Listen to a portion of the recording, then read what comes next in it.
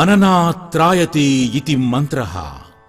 కంటికి కనిపిస్తున్న ఈ సృష్టి అంతా మంత్రతంత్ర యంత్రాత్మకం. ఈ మూడింటిలోనూ మంత్రము లేక మిగిలిన విధానాలు లేవు.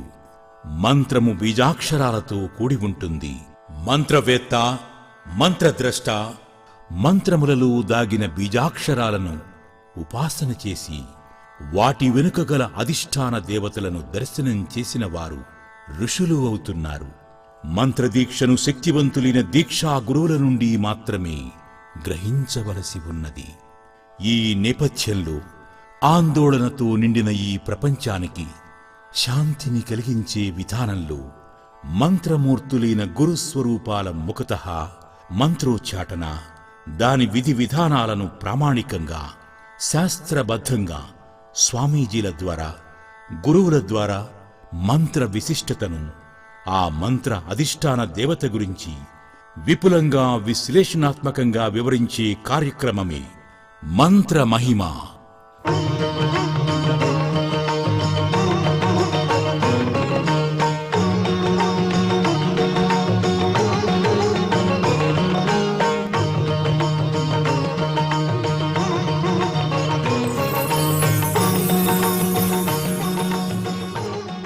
ఓం నమో వెంకటేశాయ. మంత్రమహిమ కార్యక్రమానికి స్వాగతం, సుస్వాగతం.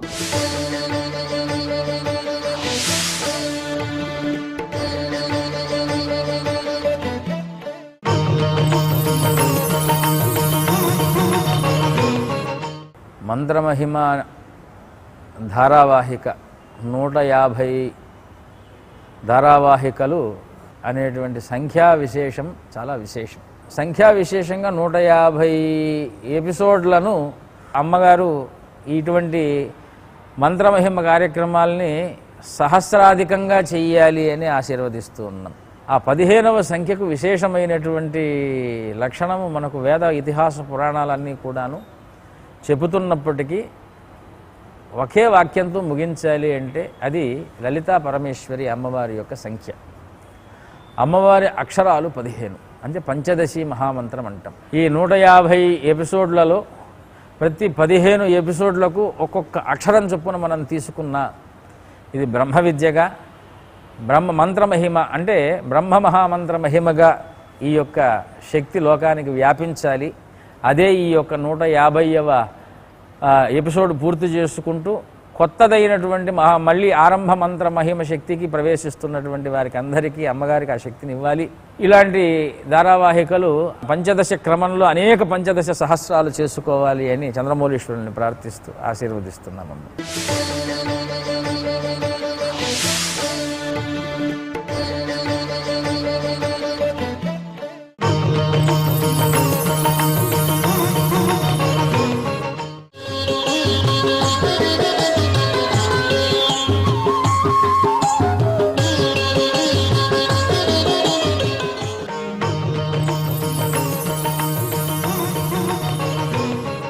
మంత్రమహిమ కార్యక్రమంలో మనం ఉపనిషత్ వాహిని అనే క్రమంలో భాగంగా ఈరోజు ఐతరేయ ఉపనిషత్తు గురించి శ్రీ శ్రీ శ్రీ పుష్పగిరి పీఠాధిపతులు విద్యాశంకర భారతీ స్వామి గారిని అడిగి తెలుసుకుందాం. నమస్కారం స్వామి గారు. నారాయణ నారాయణ. స్వామి, ఈ ఐతరేయ ఉపనిషత్తుకు ఆ పేరు ఎలా వచ్చింది? శంకరం శంకరాచార్యం కేశవం బాదరాయణం సూత్రభాష్యకృతో వందే భగవంతో పునః పునః. శ్రీమన్ నృసింహ విభవే గరుడధ్వజాయ తాపత్రయోపశమనాయ భవౌషధాయ తృష్ణాదివృశ్చికజలాగ్నిభుజంగరోగక్లేశవ్యయాయ హరయే గురవే నమస్తే. నారాయణసమారంభాం వ్యాసశంకరమధ్యమాం అస్మదాచార్యపర్యంతాం వందే గురుపరంపరాం. ఓం నమో వెంకటేశాయ. అస్మద్గురుభ్యో నమః. శివాయ గురవే నమః. ఉపనిషత్తులలో దశోపనిషత్తులలో ఐతరేయం అనేటువంటి ఉపనిషత్తు బృహదారణ్యక చాందోగ్యానికంటే ముందు భాగాన్ని తీసుకున్నటువంటి ఉపనిషత్తమ్మ. తైత్తిరీయానికంటే ముందు శ్వేతాశ్వేతర ఐతరేయ. ఈ ఐతరేయోపనిషత్తుకు ఐతరేయం అనేటువంటి పేరులోనే మనకు కనిపిస్తుందమ్మ. ఇతర సంబంధమైనటువంటి, ఇతరము అంటే ఇక్కడ భావన ప్రధానంగా తీసుకోవాలి. ఇక్కడ ప్రపంచమంతా ఆత్మ పదార్థమే వ్యాప్తి ఉన్నది, ఇంకొక పదార్థం లేదు, ఇతరములు ఏవీ లేవు. రెండవది, మనం చెప్తున్నప్పుడు ఆత్మ పదార్థాన్ని లోపల మొత్తము సర్వము ఆత్మ పదార్థంగానే పిలువబడుతున్న ఆత్మ పదార్థాన్ని ప్రత్యేక భావంతో పిలుస్తుంది. ఎందుకంటే అది మనకు వ్యక్తం కావట్లేదు. ఇప్పుడు ఆత్మ పదార్థాన్ని సాధించాలి అంటే ముందు ఆ పదార్థము యొక్క విజ్ఞానాన్ని మనం తెలుసుకోవాలి.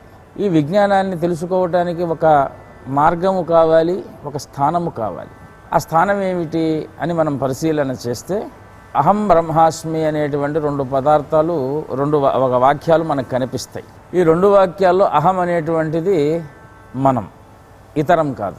ఎందుకంటే అహం భావంతో ఉన్నాం కాబట్టి మనకు తెలియనటువంటివి, మన చేత కానటువంటిది, మనకు లభ్యములో లేనటువంటి దానిని గుర్తుపట్టలేనటువంటి దాన్ని ఇతరముగా చూస్తాం. కానీ అన్ని ఇతరములు ఏవి కూడాను మనకంటే భిన్నములు కావు. అన్నిటికంటే ప్రధానంగా మనము లభ్యము గోచారముకు లేనటువంటిది, ప్రయత్నము చేసిన దుస్సాధ్యమైనటువంటి పదార్థం బ్రహ్మ పదార్థం. ఆ బ్రహ్మ పదార్థానికి సంబంధించినటువంటి విజ్ఞానాన్ని ఉపనిషత్తు అని మనం పిలుస్తూ ఉన్నాము.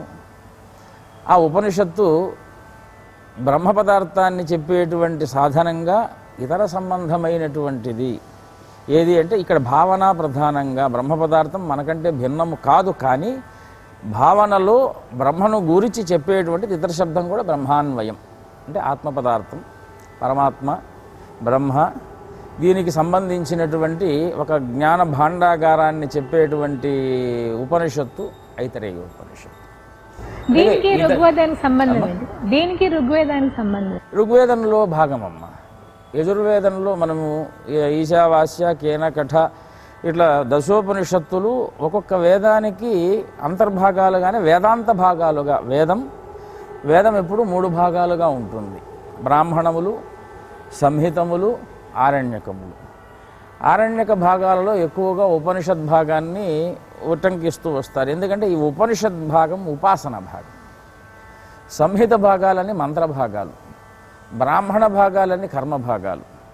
కాబట్టి ఋగ్వేదంలో చెప్పబడినటువంటి వేదాంత భాగం ఏదైతే ఉన్నదో, అంటే ఆరణ్యక భాగంగా మనం కీర్తిస్తున్నటువంటి ఉపాసనా భాగంగా ఉన్నదో, ఆ ఋగ్వేద సంబంధమైనటువంటి బ్రహ్మోపాసనా మార్గంలో ఉన్నటువంటి మంత్రములే కనుక దీనికి ఐతరేయోపనిషత్తు ఋగ్వేదానికి సంబంధించినటువంటి ఉపనిషత్తు.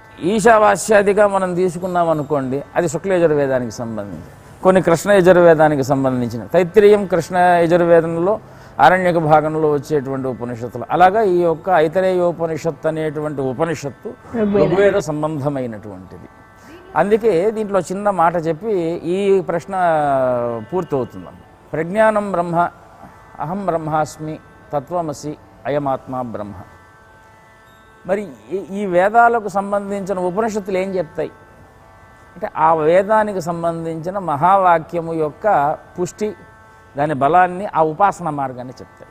అలాగే ప్రజ్ఞానం బ్రహ్మ అనేటువంటి ఋగ్వేదము యొక్క మహావాక్యాన్ని ఈ యొక్క ఐతరేయోపనిషత్తు నిరూపణ చేస్తుంది కనుక ఇది ఋగ్వేద సంబంధమైనటువంటి అంటే ఆ వేదానికి ఎందుకు సంబంధించాలి అంటే ఆ మహావాక్యానికి నిరూపణగా ఉండేటువంటి మంత్రార్థాలన్నీ ఇందులో ఉంటాయి కనుక అది ఋగ్వేద సంబంధం. దీనిలో సృష్టిక్రమం గురించి ఉపనిషత్తు ఏం చెప్తుంది? సృష్టిక్రమం గురించి ఉపనిషత్తులో అనేక మంత్రాలు మనకి ఇక్కడ కనిపిస్తూ ఉన్నాయి. అందులో ప్రారంభంగా ఏమున్నది అనేటువంటి వాక్యాన్ని మనం చూస్తే, ఆత్మావా ఇదమేక ఏవాగ్ర ఆసీన్ నాణ్యత్కించన మిషత స ఈక్షత లోకాన్నుసృజా ఇతి అనేటువంటి మంత్రంతో ప్రారంభమవుతోంది ఉపనిషత్తు. ఆత్మావా ఇదమేక ఏవాగ్ర ఆసీత్. సృష్టికి పూర్వం ఏమీ లేదమ్మా. పురాణాలు మనం చూసినా, ఉపనిషత్తును చూసినా, వేదాన్ని చూసినప్పటికీ కూడా ఆత్మ పదార్థం మాత్రమే ఉన్నది. ఇదే ఉపనిషత్తులకంతా కూడా ఆత్మజ్ఞాన ప్రబోధకంగా, ఆత్మ ఉపాసనకు మూల మార్గముగా ఉపనిషత్తులు గోచరిస్తుంది. ఆత్మావా ఇదమేవ ఏకాగ్ర ఆసీత్ అనేటువంటి పదానికి అర్థం చెప్తూ సైక్షత లోకాన్నుసృజా ఇతి, ఆత్మ లోకాలను సృష్టించాలి అనేటువంటి పదార్థం, ఆత్మ పదార్థం లోకాలను సృష్టించాలి అనేటువంటి వాక్యంతో ప్రారంభమవుతుంది. ఆత్మకు సంసార బంధాలు లేవు. మరి బంధనం లేనటువంటి ఆత్మ దేన్ని సృజించదు, దేన్ని లయపు చేయదు. మరి ఆత్మ ఈ యొక్క లోకాలను సృజించాలనుకోవటము అంటే ఇక్కడ ఒక్క ధర్మాన్ని మనం చూసుకోవాలి. ఆత్మ నామరూపాత్మక ప్రపంచం, అందులో లయమైనటువంటిదంతా కూడా ఆత్మ జ్ఞానస్వరూపం. ఈ జ్ఞానస్వరూపంలో కేవలం జ్ఞానం మాత్రమే ఉంటుంది. మిగిలినటువంటి పదార్థాలు రూపాలతో సంబంధించినటువంటి సాంసారిక జగత్తుకు ఆ పరమాత్మకు సంబంధం లేదు. ఈ యొక్క ఆత్మ పదార్థం నుంచి ముందుగా హిరణ్యగర్భ సృష్టి జరుగుతుంది. ఎందుకంటే మనకు వేదమంత్రాలు కూడా హిరణ్యగర్భ సమవర్తదాగ్రే భూతస్య జాతపతిరేక ఆసీత్ సదాధార పృథివీద్యాము తేమాం కస్మై దేవాయ హవిషా విధేమ అని మనకు మంత్రం. అందులో నుంచి సృష్టింపబడేటువంటి వాడు తనకు తాను ఉనికిగా ప్రకటింపబడేటువంటి సంకల్పకారకుడు పరమాత్మ. ఆయనకు సంకల్పం, సృష్టి సంకల్పం జరిగి, అంటే సంకల్పం అనేటువంటి నామరూపాత్మకమైనటువంటి ప్రపంచంలో నామచైతన్య శక్తి సంకల్పానికి సంబంధించింది, రూపచైతన్య శక్తి ఆవిర్భావ సృష్టి ప్రళయాదులకు సంబంధించింది.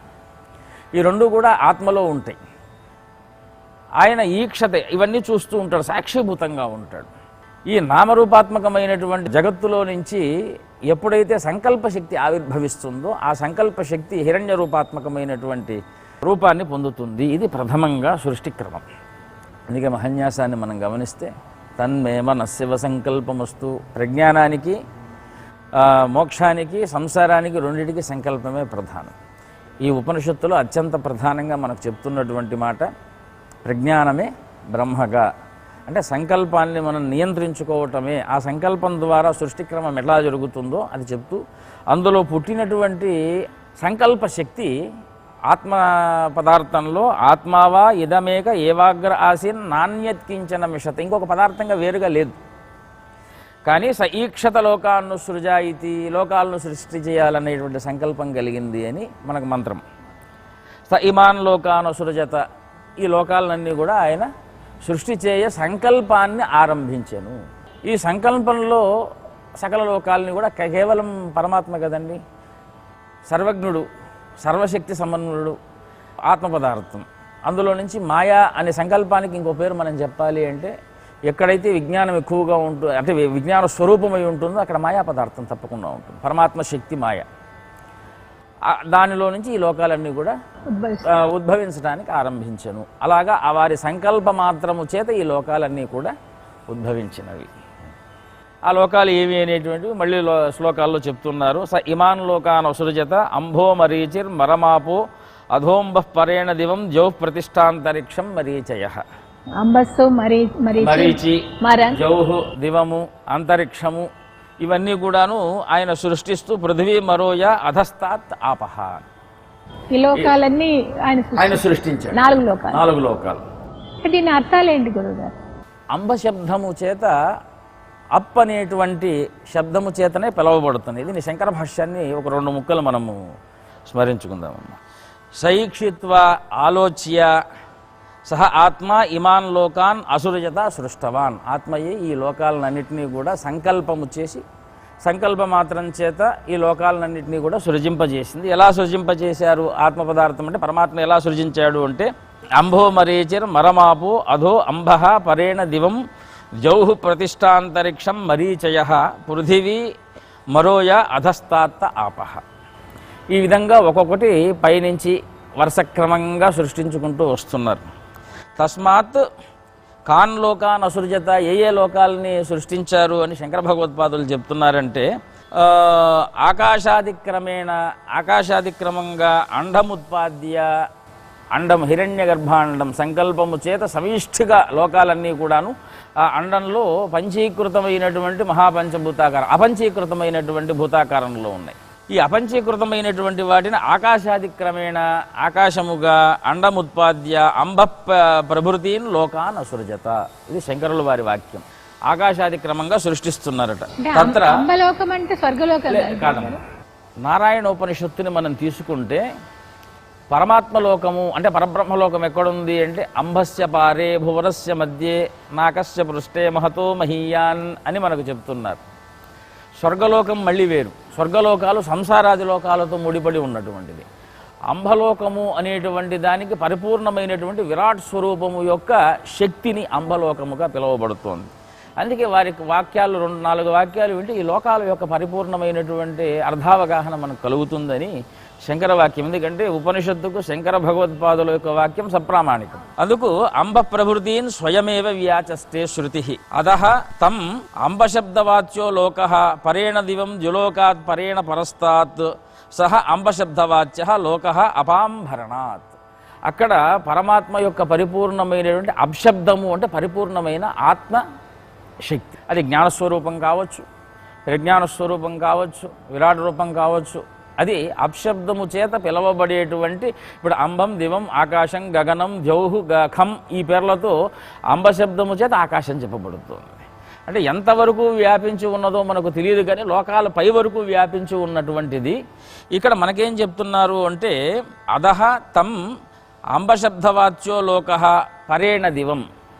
దివము అంటే తేజస్సులు ఆవరించినటువంటి లోకాలు, తేజస్సులు ఆవరించని లోకాలు ఇంకా ఎన్నో. ఎందుకంటే హిరణ్య గర్భీయమైనటువంటి పిండము, దాని నుంచి వెలువడేటువంటి అగ్ని తేజస్సు కొంతవరకే కాంతి ప్రసరణ జరుగుతోంది. అది తెలియనటువంటి ప్రపంచం అంటే సృష్టి ఎంత ఉందో మనకు తెలియదు. పురుష సూక్త ప్రమాణం తీసుకుంటే త్రిపాదోర్ధ్వ ఉదయిత్ పురుష పాదో స్యేహా భవాత్ పునః. ఒక పాదంలోనే ఈ క్రమం అంతా ఉందా, మిగిలిన 3 పాదాల్లో ఏముందో ఎవరికీ తెలియదు. అది పురుషము అని పిలుస్తూ విరాట్ రూపం. అందుకే ఇక్కడ పరమాత్మ కూడా ముందు ఆత్మ సంకల్ప అంటే ఆత్మ సృష్టి చేయాలనేటువంటి సంకల్పంతో ఏమి సృష్టించిందంటే విరాట్ రూపాన్ని సృష్టించింది, విరాట్ పురుషుణ్ణి సృష్టించింది. ఆ విరాట్ పురుషుడు మొత్తం సంకల్పం ద్వారా ఎంత వ్యాపించాలో అంటే తెలిసినంత తెలియనంత వ్యక్తము అవ్యక్తమంతా కూడా ఆయన వ్యాపించి ఆయన్ని అంబశబ్దము చేత ఇలాగ మనకు చెప్తున్న అంబో మరీచిర్. ఇంకా అంబశబ్దము చేత కూడా ఇవన్నీ లోకాలు అంతకుమించి ఎంతో ఉంది. కాబట్టి జులోకాత్ పరేణ పరస్తాత్ సహ అంబశబ్దవాచ్య లోకః అపాంభరణాత్. అక్కడ దివ్యమైనటువంటి పరమాత్మ శక్తి ధరించి ఉండటం వల్ల అంబము అని.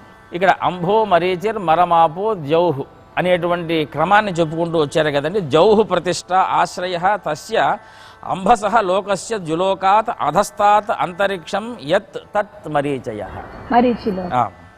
ద్యౌహు అంటే కాంతులు, అంటే ద్విశబ్దము చేత వెలుతురు అని. అందుకే ద్యులోకాలు అంటే కాంతి కలిగినటువంటి లోకాలు. ఇది ఎక్కడుంది అంటే అంబశబ్దము చేత పిలువబడుతున్నటువంటి దానికంటే కిందగా, అంటే తెలియనటువంటి ప్రపంచానికి మనకు తెలిసినటువంటి ప్రపంచానికి తేడా ఏమిటంటే కాంతి ఒకటేనమ్మా. ప్రకాశిస్తే కనిపిస్తుంది, ప్రకాశించకపోతే కనపడదు. మరీచ శబ్దం చేత పిలువబడుతున్నటువంటి లోకం ఏమిటంటే కాంతి ప్రసార మాత్రం చేత ఎంతవరకు ఆవరించి ఉన్నదో ఆ ఆవరించినటువంటి లోకాన్ని మరీచ శబ్దం చేత జౌహు ప్రతిష్ట ఆశ్రయ తస్య అంబసః లోకస్య జులోకాత్ అధస్తాత్ అంతరిక్షం యత్ తత్ మరీచయః. ఈ కిరణాలు కలిగినటువంటివి. మళ్ళీ ఈ కిరణాలు అంటే సూర్యకిరణాల తేజస్సుతో ఉండేటువంటిది కాదు. ఈ కిరణానికి ప్రకాశము ఉండదు, క్షయము ఉండదు. అందుకే వేదంలో కూడా మారీచయస్వాయంభువాహ సర్వేత్రయో అగస్త్యశ్చ. అన్ని లోకాలకు ఈ మారీచములు అనేటువంటివి కాంతి రూపంలో, కిరణ రూపంలో, రశ్మి రూపాల్లో, తేజో రూపాల్లో, ప్రాణ రూపాల్లో ఇవే ప్రసరిస్తూ ఉంటాయి. అందుకు ఏకోపి అనేక స్థాన భేదత్వాత్ బహువచన భాక్ మరీచిభిర్ వా రశ్మిభిః సంబంధాత్. ఏకోపి అనేక స్థాన భేదత్వాత్, ఒకడే అనేక స్థాన భేదాలతో ఉంటారు. ఒక్కొక్క చోట ఒక్కొక్క పేర్లతో కనిపించే కిరణాలు, కనపడనటువంటి కిరణాలు, రశ్మి అనేటువంటి పేర్లతో కాంతి వేరు, రశ్మి వేరు. రశ్మి సూర్యుడి నుంచి సూర్యరశ్మి. అంటే ఇక్కడ మనకు సూర్యరశ్మికి కూడా మరీచ శబ్దం మూల కారణం. ఎందుకంటే మరీచుడి పురాణాలని మనం చూస్తే మరీచ మహర్షి యొక్క కుమారుడు కశ్యపుడు, పైగా సూర్యగ్రహం కూడా, సూర్య దేవత కూడా మనకు విరాట్ పురుషుడి నుంచి అక్షి పురుషుడి నుంచి జన్మించారు అని మనకి ఇక్కడ రాబోయేటువంటి ప్రమాణాలు చెప్తున్నాయి. ఇక పృథివీ మరహ మ్రియంతే అస్మిన్ భూతాని ఇది. ఇక్కడ మరశబ్దము చేత మృత్యువుని చెప్పబడుతుంది. అవునమ్మా, మృత్యులోకం. కాబట్టి ఎక్కడ ఏ లోకంలో మృత్యువు అనేటువంటి స్థితిని పొందుతున్నారో అది మనలో. యా అధస్తాత్ పృథివ్యాః తా ఆప ఉచ్యంతే ఆప్నోతేహే లోకాః. కాబట్టి పృథివీ కంటే కింద ఉన్నటువంటి లోకాలు ఏమిటి అంటే అప్శబ్దము చేత పిలువబడుతున్నవి. అంటే నీటితో నిండిపోయి అంబో మరీచి మర ఆపహ.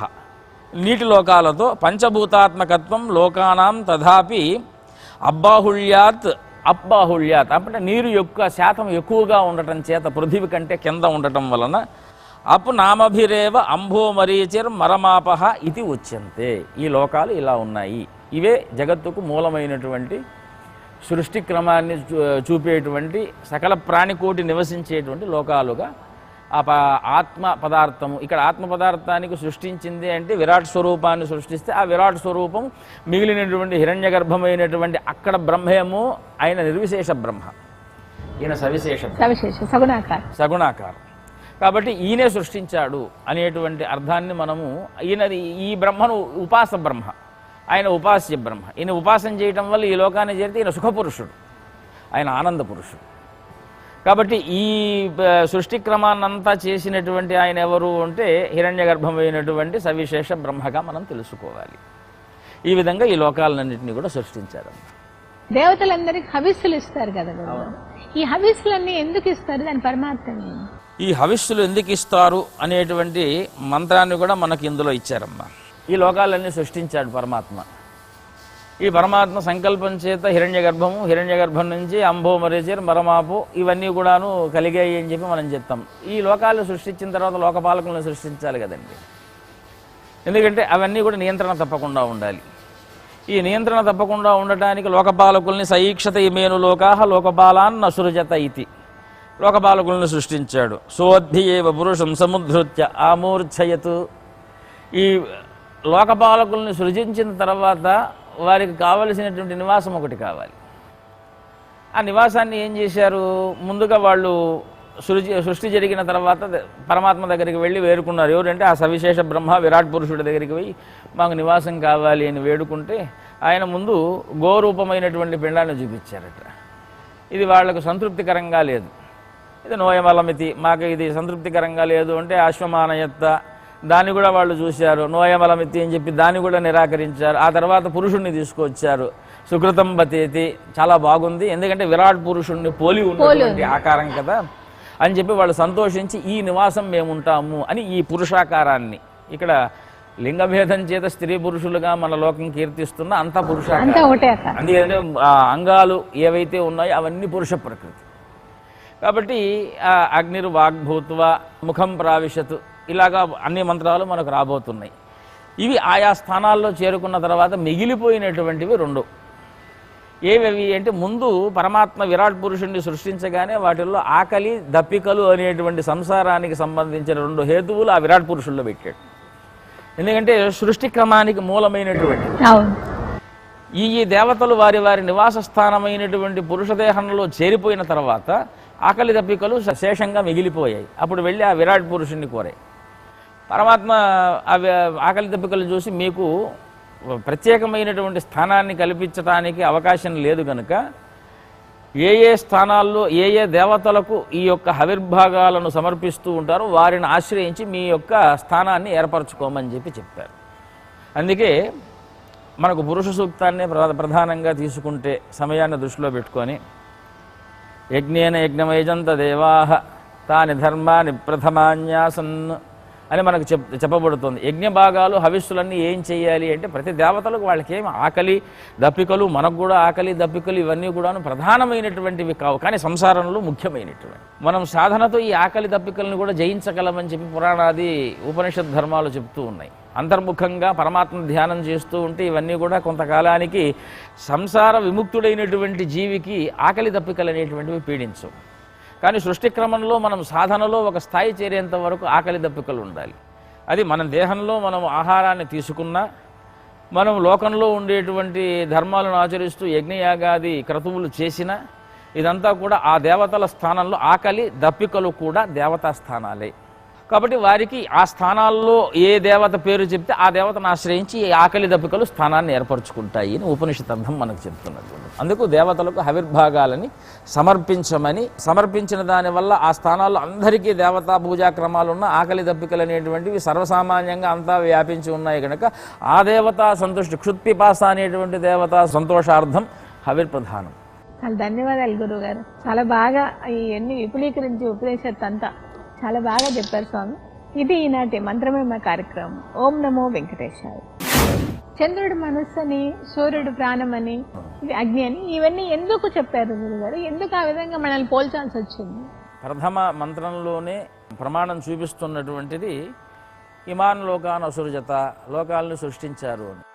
ఆ లోకాలకు లోకపాలాన్ అసృజత, ఈక్షతి లోకపాలాన్ అసృజత, అసృజామితి సృష్టిస్తాము అని అనుకున్నారు. లోకపాలకులందరినీ లోకపాలకులు ఎవరు అంటే ముఖాద్వాగ్వాచో అగ్నిర్నాసికే నిరభిధ్యేతం నాసికాభ్యాం ప్రాణాద్వాయు అక్షిణీ నిరభిధ్యేతమక్షిభ్యాం చక్షుశ్చ ఆదిత్యః కర్ణో నిరభిధ్యేతాంగరణాభ్యాం శ్రోత్రదిశః త్వం నిరభిధ్యత త్వచో లోమాని లోమభ్యః ఓషధి వనస్పతయో హృదయం నిరభిధ్యత హృదయాన్మనో మనసశ్చంద్రమా నాభిర్నిరభిధ్యత నాభ్య అపానో అపానాన్ మృత్యుః శిష్ణం నిరభిధ్యత శిష్ణాద్రేతో రేతస ఆపః. లోకపాలకులు వీళ్ళు.